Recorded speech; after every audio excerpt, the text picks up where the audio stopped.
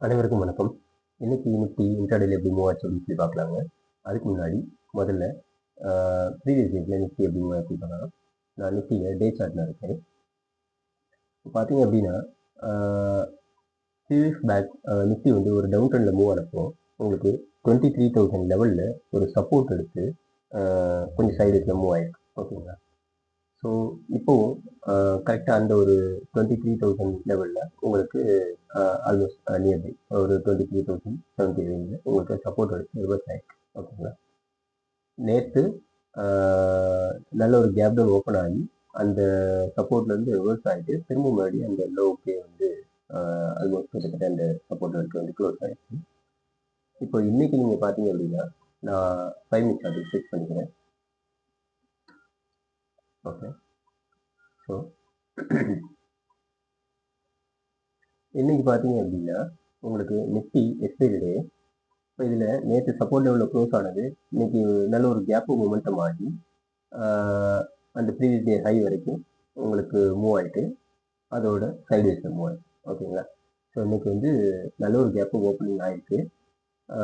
But இருந்தாலும் இன்னைக்கு expiry டே அப்படிங்கிறதுனாலும் இந்த ரெசிஸ்டன்ஸை ப்ரோக் பண்ணாதனாலும் உங்களுக்கு பார்த்தீங்க அப்படின்னா ஆஃப்டர் ஒரு 15 மினிட்ஸ் நீங்கள் இப்போ வெயிட் பண்ணி பார்த்தீங்க அப்படின்னா அந்த ரேஞ்சை விட்டு உங்களுக்கு தாண்டுங்க.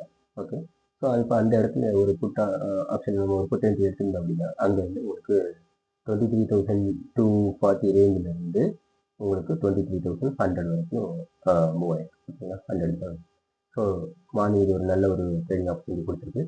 அதுக்கடுத்து பார்த்தீங்க அப்படின்னா திரும்ப மறுபடியும் அந்த சப்போர்ட் ஜோன்லேருந்து ரிவர்ஸ் ஆகி உங்களுக்கு மார்னிங் இன்னைக்கு பார்த்தீங்க அப்படின்னா பேங்க் நிஃப்டி நல்ல புல்லிஷாக இருந்துச்சு.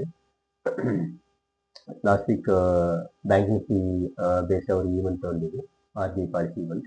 அது வந்து பேங்க் நிஃப்டி சப்போர்ட் இருந்ததுனால அதுவும் நல்லா ஒரு புல்லிஷ் மூவ்மெண்ட்ஸே இருந்துச்சு மார்னிங்லேருந்து. ஸோ நிஃப்டி இந்த இடத்துக்கு வந்து திரும்ப இந்த லெவலில் சப்போர்ட் எடுத்து மறுபடியும் உங்களுக்கு நல்ல ஒரு கால் சைடு என்ட்ரி ஆப்பர்ச்சுனிட்டி கொடுத்துருக்கு. ஓகேங்களா. ஸோ இந்த லெவலில் பார்த்தீங்கன்னா கொஞ்சம் சைடேஸை மூவ் ஆகிட்டு அதுக்கப்புறம் மறுபடியும் பார்த்தா மூவ் ஆகிடும். ஸோ இந்த இடத்துல என்ட்ரி எடுத்துருந்தோம் அப்படின்னா இது வந்து நல்ல ஒரு ஈவன் இந்த ட்ரெண்ட் லைன் பிரேக் அவுட்ல நம்ம இந்த இடத்துல ஒரு என்ட்ரி எடுத்திருந்தா கூட 23,150 23,280 வரைக்குமே மூவ் ஆயிருக்கு. ஓகேங்க.